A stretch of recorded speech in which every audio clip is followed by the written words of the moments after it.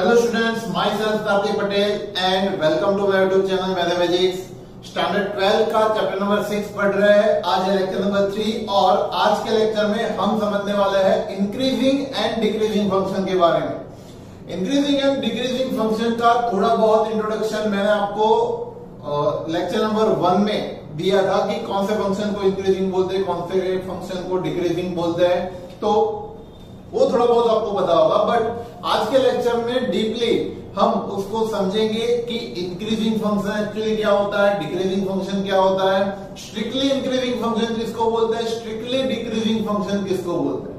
ठीक है, क्योंकि इसके ऊपर से एक्सरसाइज 6.2 में दो तरह के सम हमें पूछे जाते हैं।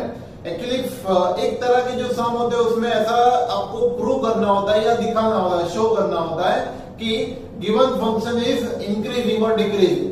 जो भी आपको क्वेश्चन में बोला होता है उस तरह से आपको दिखाना होता है कि फंक्शन इज इंक्रीजिंग और डिक्रीजिंग। और दूसरा आपको ये भी बताना होता है कि इंटरवल फाइंड करना होता है कि कौन से इंटरवल में गिवन फंक्शन इंक्रीजिंग है और कौन से इंटरवल में given function decreasing.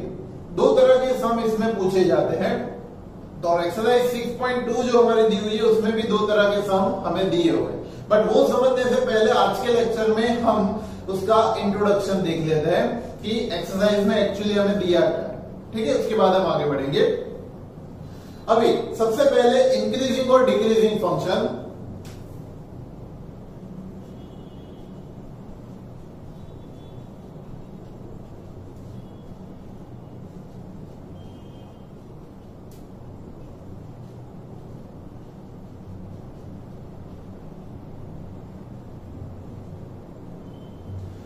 Increasing decreasing function समझने से पहले थोड़ा बहुत इंट्रोडक्शन हम देख लेते हैं। 11th स्टैंडर्ड में हमने लाइंस के बारे में पढ़ा था।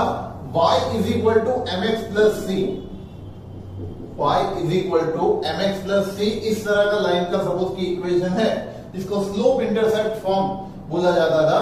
अब इसमें जो m होता है वो होता है स्लोप और जो c होता है c is the y intercept.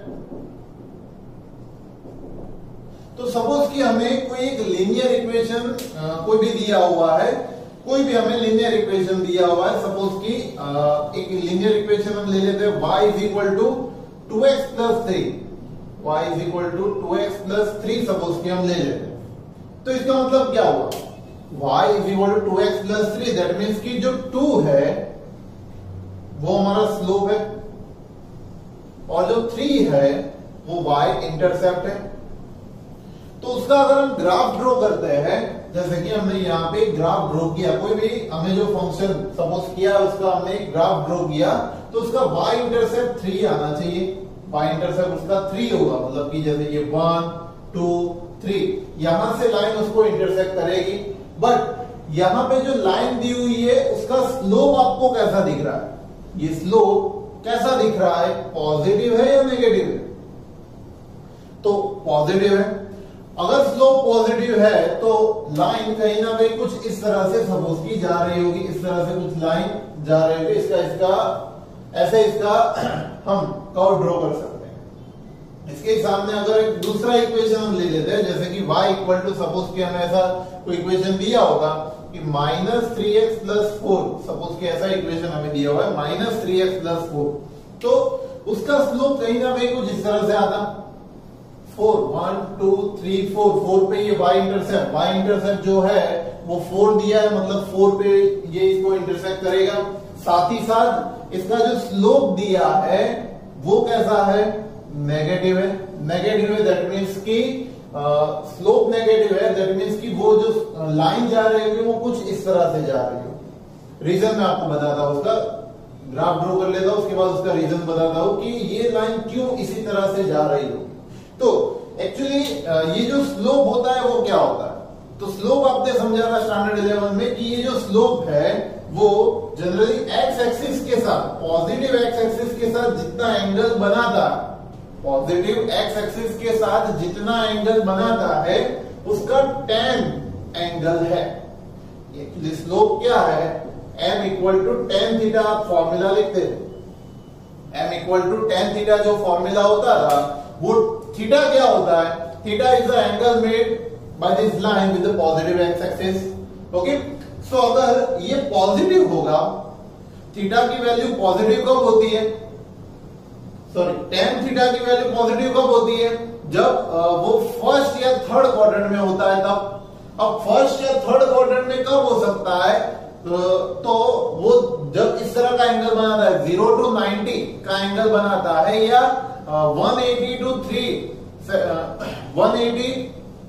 270 का जब एंगल बनाता है तब वो पॉजिटिव होता है। But 180 to 270 generally third quadrant में हम जाते नहीं है, क्योंकि एंगल 0 to π/2 में ही कंसीडर करना होता है। ठीक है, सो 0 to π/2 है, इसलिए ये पॉजिटिव होता है, और पॉजिटिव स्लोप होता है तो वो लाइन कहीं ना कहीं कुछ इस तरह से जा रही होगी। और जब उसका स्लोप नेगेटिव होता है तो हमें ये देखना होता है कि tan कब नेगेटिव होता है, तो वो होता है सेकंड एंड फोर्थ में। तो सेकंड क्वाड्रेंट हम सिलेक्ट करते हैं, क्योंकि फोर्थ सिलेक्ट करेंगे तो वो भी थर्ड, जैसे हमें थर्ड में प्रॉब्लम हो रही थी वैसे फोर्थ में प्रॉब्लम होगी, इसीलिए हम सेकंड क्वाड्रेंट सिलेक्ट करते हैं। तो एंगल जो सेकंड क्वाड्रेंट के साथ मिलता है वो कितना होता है, तो वो कहीं ना कहीं 90 से बड़ा होगा। तो ये जो लाइन है वो पॉजिटिव एक्स एक्सिस के साथ जो एंगल बना रही है, जैसे कि यहाँ पे वो जो एंगल बना रही है वो 90 से बड़ा एंगल बना रही है, तो इसी तरह का उसका स्लोप मिलता है। ठीक है, तो ये बेसिक थोड़ा सा इंट्रोडक्शन था, लाइंस का स्लोप किस तरह से आइडेंटिफाई किया जाता है उसके बारे में।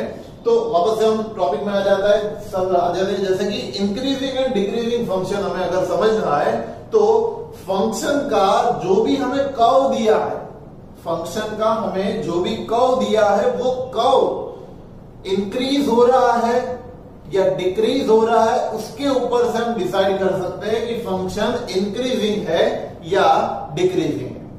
ओके, लाइक ये जो फंक्शन है, इसका जो कर्व है, इसका जो ग्राफ है, वो x की वैल्यू जैसे जैसे बढ़ती जाएगी, यहाँ पे x जैसे जैसे बढ़ता जाएगा वैसे वैसे फंक्शन का ग्राफ भी इंक्रीज होता जाएगा। That's why this function is increasing, ऐसा हम बेसिक लिख सकते हैं इसके बारे में। और इसकी अगर बात करते हैं तो जैसे जैसे x बढ़ता जाएगा वैसे वैसे फंक्शन की वैल्यू यहाँ पे कम हो रही है, दिख रहा है आपको। ठीक है, यहाँ पे जैसे जैसे x की वैल्यू बढ़ती जाती है फंक्शन की वैल्यू कम होती जाती है। That's why this type of function is decreasing function. ठीक है, अब चलो ये तो लीनियर इक्वेशन था, y = mx + c जैसा कोई इक्वेशन था जिसका हमें पता है कि ग्राफ कैसे बनाना है, उसका ग्राफ भी हमने बता दिया। जैसे कि कोई पैराबोला हुआ तो पैराबोला का भी हम, या हाइपरबोला या सर्कल हुआ तो उसका भी हम ग्राफ इजीली अपने हिसाब से बना सकते हैं और डिसाइड कर सकते हैं कि ये फंक्शन इंक्रीजिंग है या डिक्रीजिंग है। बट बात आती है कि अगर कोई ट्रिग्नोमेट्रिक फंक्शन हुआ, लाइक हम साइन का ग्राफ जानते हैं, साइन थीटा अगर होता है तो साइन थीटा का ग्राफ हमें पता होता है, इस तरह का उसका ग्राफ, हम साइन वेव इस तरह का उसका ग्राफ होता है। कॉस का भी इससे थोड़ा आगे 0 to π/2, मतलब ये आगे हो जाएगा। tan का अनइवन ग्राफ होता है 0 to π/2 इनफाइनाइट में जाता है तो उसका अनइवन ग्राफ होता है। सभी का ग्राफ हमें पता है, सभी ट्रिग्नोमेट्रिक फंक्शन का। मैं खाली एक साइन का आपको बताता हूं कि उससे हम किस तरह से कंसीडर कर सकते हैं कि फंक्शन इंक्रीजिंग है या डिक्रीजिंग। तो इसको अगर हम इंटरवल में डिवाइड करते हैं तो यहाँ पे 0, ये आता है π/2, यहाँ पे आता है पाई, यहाँ पे आता है 3π/2, इधर 2π, वापस से फिर आगे बढ़ेगा। तो उस तरह से ये आगे बढ़ता है। हम 0 to 2π को अगर कंसीडर करते हैं, वापस से उसी तरह से वो रिपीट करने वाला है। तो 0 to π/2 तक की अगर हम बात करते हैं, 0 to π/2 तक की अगर हम बात करते हैं तो वहां पे फंक्शन x की वैल्यू की इंक्रीमेंट के साथ साथ फंक्शन की वैल्यू भी इंक्रीज हो रही है। ठीक है, और जैसे ही आप π/2 से पाई में जाते हो वहां पे x की वैल्यू की इंक्रीमेंट के साथ साथ फंक्शन की वैल्यू डिक्रीज हो रही है। वापस से जब π to 3π/2 में जाते हो वापस से फंक्शन की वैल्यू और डिक्रीज हो रही है। यहां पे फंक्शन अगेन डिक्रीज हो रहा है। और जैसे ही आप 3π/2 to 2π में जाते हो वहां पे वापस से फंक्शन इंक्रीज हो रहा है। तो मतलब पर्टिकुलरली हम ऐसा बोल नहीं सकते कि ये फंक्शन इंक्रीजिंग ही है पर्टिकुलरली, या फिर हम ऐसा भी नहीं बोल सकते कि ये फंक्शन पर्टिकुलरली डिक्रीजिंग है। तो जब भी ट्रिग्नोमेट्रिक फंक्शंस की बात करते हैं तो हमारे पास कहीं ना कहीं कोई इंटरवल होना चाहिए। जैसे कि कोई पूछता है कि ये फंक्शन इंक्रीजिंग है या डिक्रीजिंग है, साइन जो थीटा है साइन फंक्शन है वो इंक्रीजिंग है कि डिक्रीजिंग है, तो पहला क्वेश्चन हमें उनको पूछना है कि भाई इंटरवल कौन सा है। तो इंटरवल अगर बताएंगे तो ही हम आइडेंटिफाई कर पाएंगे कि फंक्शन इंक्रीजिंग है या डिक्रीजिंग। ठीक है, जैसे कि यहाँ पे 0 to π/2 में फंक्शन इंक्रीजिंग है, दिख रहा है आपको। π/2 to 3π/2 में फंक्शन डिक्रीजिंग है, ये भी दिख रहा है। 3π/2 to 2π में फंक्शन इंक्रीजिंग है। समझ में आ रहा है? तो अगर इसके आगे भी अगर हमें और जाना है तो हम ऐसा समझ सकते हैं कि 3π/2 to इधर 5π/2, इधर 5π/2 तक फंक्शन और इंक्रीजिंग है। वापस से इधर 5π/2 to 7π/2 फंक्शन डिक्रीजिंग है। तो इस तरह से हम समझ सकते हैं कि फंक्शन इंक्रीजिंग और डिक्रीजिंग डिफरेंट इंटरवल्स में। बट ये अगर हमें कंबाइनली पूछे कि भाई साइन फंक्शन है वो 0 to π में उसका क्या नेचर है, अगर हमें ऐसा पूछा कि what is the nature of function sine का, साइन थीटा का फंक्शन का 0 to π में क्या नेचर है, तो 0 to π में आप बोलोगे सर 0 to π/2 में तो फंक्शन इंक्रीज हो रहा है, π/2 to π में तो फंक्शन डिक्रीज हो रहा है। तो अगर इस तरह का कंबाइन होता है, मतलब कि एक इंटरवल में उसका जो हाफ सेक्शन है वहां पे फंक्शन अगर इंक्रीज हो रहा है, हाफ सेक्शन है वहां पे फंक्शन अगर डिक्रीज हो रहा है, तो इस तरह के फंक्शन को बोला जाता है, उसका कोई पर्टिकुलर नेम नहीं है, बट हम इसको बोल सकते हैं neither increasing not decreasing, neither increasing and not decreasing. मतलब इंक्रीजिंग भी नहीं बोल सकते इसको हम, डिक्रीजिंग भी नहीं बोल सकते। तो ऐसे सम भी आपको एग्जाम में पूछेंगे, मतलब एक्सरसाइज में दिए हुए कि function is check whether the function is neither increasing not decreasing, ऐसा आपको चेक करने का होगा, बताना होगा इस तरह। तो आपको ये बताना है कि गिवन इंटरवल में जो उसका हाफ सेक्शन है वहां पे फंक्शन इंक्रीज हो रहा है, हाफ सेक्शन है वहां पे फंक्शन डिक्रीज हो रहा है, that's why the given function is neither increasing not decreasing. Okay, अब ये तो बात हुई कि जब फंक्शन का ग्राफ हमें पता होता है तब क्या करना है। जब हमें फंक्शन का ग्राफ पता है, जैसे कि ये लीनियर इक्वेशन था, उनका भी ग्राफ हमें पता होता है, ट्रिग्नोमेट्रिक फंक्शन है उसके भी ग्राफ हमने याद रखे हुए हैं। अब बात होती है ये कि अगर फंक्शन ऐसे दिए हुए जिसका ग्राफ हमें पता नहीं है तो हम क्या कर सकते हैं, या फिर अगर हमें एक्सप्लेनेशन देनी है, थ्योरेटिकल रिप्रेजेंटेशन करनी है, तो हम इसको ग्राफ के थ्रू तो नहीं कर सकते, थ्योरेटिकली आपको बताना होगा। तो उस केस में इंक्रीजिंग एंड डिक्रीजिंग मेथड के सम्स को, इंक्रीजिंग एंड डिक्रीजिंग फंक्शंस के सम्स को सॉल्व करने के लिए एक मेथड है जो मैं अभी आपको बता रहा हूं। उसके लिए थोड़ा सा हमें रिकॉल करना पड़ेगा जो हमने रोल्स थ्योरम में मैंने आपको थोड़ा सा एक्सप्लेनेशन जो दिया था डिफरेंशिएशन का। डिफरेंशिएशन एक्चुअली मैंने क्या बताया था आपको, differentiation is the slope of the tangent drawn at the curve at any point. पता है ना ये, जैसे कि कोई भी कर्व मैं आपको ड्रॉ करके बता रहा हूं, जैसे कि ये कोई कर्व है, ये कर्व पे किसी भी पॉइंट पे हम कोई टेंजेंट ड्रॉ करते हैं, जैसे कि हमने यहां पे टेंजेंट ड्रॉ किया है, वो टेंजेंट का जो स्लोप होता है that slope is the differentiation. ये आपको पता है जो हमने रोल्स थ्योरम में पढ़ा था। अब ये जो स्लोप होता है वही हमारे लाइन का स्लोप है, तो मतलब ये कहीं ना कहीं डिफरेंशिएशन हुआ, d/dx ही हुआ ना ये, d/dx, या फिर हम इसको f' बोल सकते हैं अगर फंक्शन को हम f से इंडिकेट करते हैं, तो ये f' हुआ। अब f' दैट मींस कि स्लोप अगर पॉजिटिव है ना, मैंने यहां पे बताया कि पॉजिटिव है तो वो इंक्रीजिंग हो रहा होगा, और अगर स्लोप नेगेटिव है तो वो डिक्रीजिंग हो रहा होगा। ठीक है, तो यहां पे से हम ऐसा डिसाइड कर सकते हैं कि अगर स्लोप इस तरह का है तो उसका जो डिफरेंशिएशन बनेगा f' बनेगा वो ग्रेटर देन 0 होगा। क्यों, कंडीशन दिख रही है आपको, क्योंकि उसका जो स्लोप बन रहा होगा, वो जो एंगल बना रहा होगा पॉजिटिव एक्स एक्सिस के साथ, वो 0 to π/2 में होगा, इसलिए स्लोप पॉजिटिव होगा। और अगर स्लोप पॉजिटिव होगा तो उसका डिफरेंशिएशन पॉजिटिव होगा, और डिफरेंशिएशन पॉजिटिव हुआ then that function is increasing function. ये कंडीशन है, याद रख लेना। ओके, तो हम ऐसा लिख सकते हैं कि f' ऑफ x अगर ग्रेटर देन 0 होते हैं तो फंक्शन हम बोल सकते हैं कि इंक्रीजिंग है, बट f' ऑफ x अगर नेगेटिव होते हैं तो फंक्शन डिक्रीजिंग होता है। ये हम ऐसा डिसाइड कर सकते हैं। बट तो उसके साथ साथ हमें यह भी समझना है कि फंक्शन स्ट्रिक्टली इंक्रीजिंग कब होता है और स्ट्रिक्टली डिक्रीजिंग कब होता है। तो उसके लिए यही इक्वेशन की बात करें, यही ग्राफ की अगर हम बात करें तो क्या ये ग्राफ में या ये कर्व में हम उसके जो एंड पॉइंट्स है, उसके जो कोई एंड पॉइंट्स है, सपोज कि ये पॉइंट है और ये पॉइंट है, उसके जो एंड पॉइंट्स है वो एंड पॉइंट्स की बात करें या ये कर्व पे किसी भी पॉइंट की बात करें, ये किसी भी कर्व पे क्या फंक्शन का स्लोप 0 मिल रहा है? फंक्शन का स्लोप ये कर्व पे कहीं पे भी 0 मिल रहा है। फंक्शन का स्लोप 0 मतलब क्या होगा? That tangent is parallel to x axis. ये भी हमने देखा हुआ है। स्लोप 0 का मतलब क्या होता है कि उसका जो कोई भी कर्व है, वो जैसे कि ये कर्व है तो उसका जो टेंजेंट बन रहा है, टेंजेंट का स्लोप 0 है। स्लोप 0 दैट मींस कि it is making angle 0 with the positive x axis. तो ये कब हो सकता है?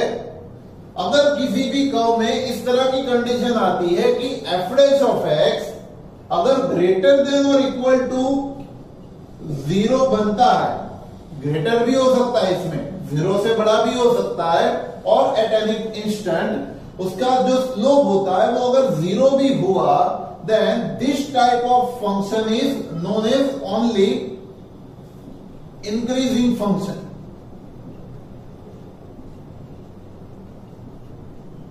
अगर उसका जो स्लोप है, मतलब कि उसका जो डिफरेंशिएशन है, मतलब टेंजेंट का स्लोप है, वो किसी भी पॉइंट पे इंक्रीजिंग है, नो डाउट इस तरह से वो इंक्रीजिंग है, बट एट एनी इंस्टेंट अगर उसका स्लोप 0 भी बनता है, then that function is known as only increasing function.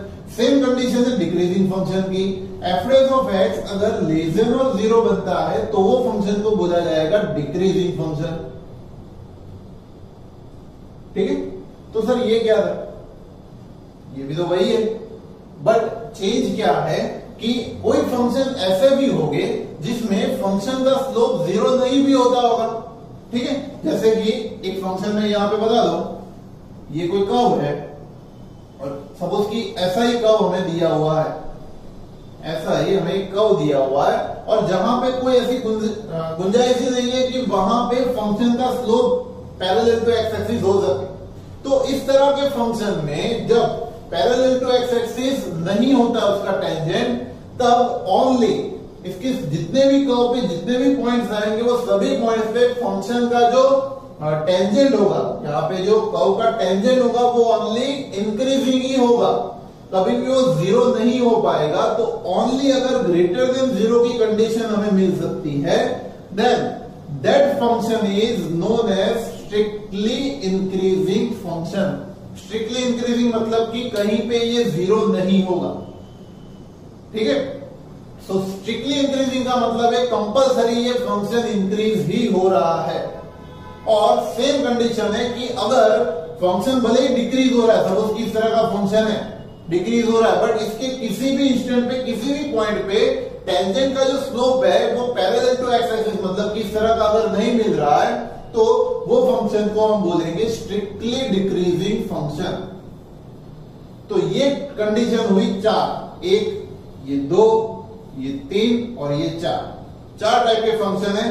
Mainly increasing and decreasing होते हैं, बट कब वो स्ट्रिक्टली इंक्रीजिंग है, कब वो स्ट्रिक्टली डिक्रीजिंग है, वो मैंने आपको कंडीशन यहां पे बताई। ठीक है, तो अब थोड़ा सा क्लियर हो रहा है कि सम कैसे गिनना है हमें।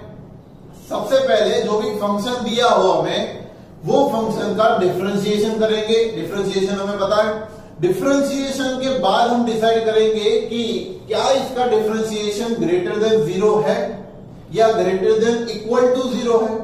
अगर ओनली ग्रेटर देन 0 होता है तो that is strictly increasing function. Greater than equal to 0, equal to भी अगर 0 होने की पॉसिबिलिटीज है then that function is only increasing function. अगर डिक्रीजिंग मतलब कि नेगेटिव फंक्शन मिलता है, डिफरेंशिएशन अगर नेगेटिव फॉर्म में मिलता है then that may become the strictly decreasing or decreasing function depend upon the condition given। ठीक है, तो इस तरह से हम सम को गिन सकते हैं।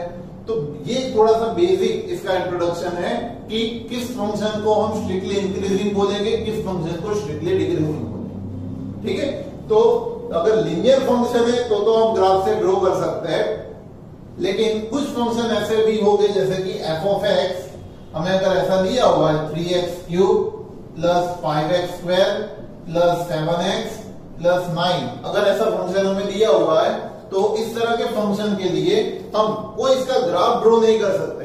हम इसका कोई भी टाइप का हम इसका ग्राफ नहीं ड्रॉ कर सकते, या हमें पता नहीं होगा इसका ग्राफ कैसे ड्रॉ करना है। तो ऐसे फंक्शंस के लिए आपको ये करना है कि यहां से इसका डिफरेंशिएशन करो, डिफरेंशिएशन के ऊपर से डिसाइड करो कि फंक्शन इंक्रीजिंग होगा या डिक्रीजिंग होगा।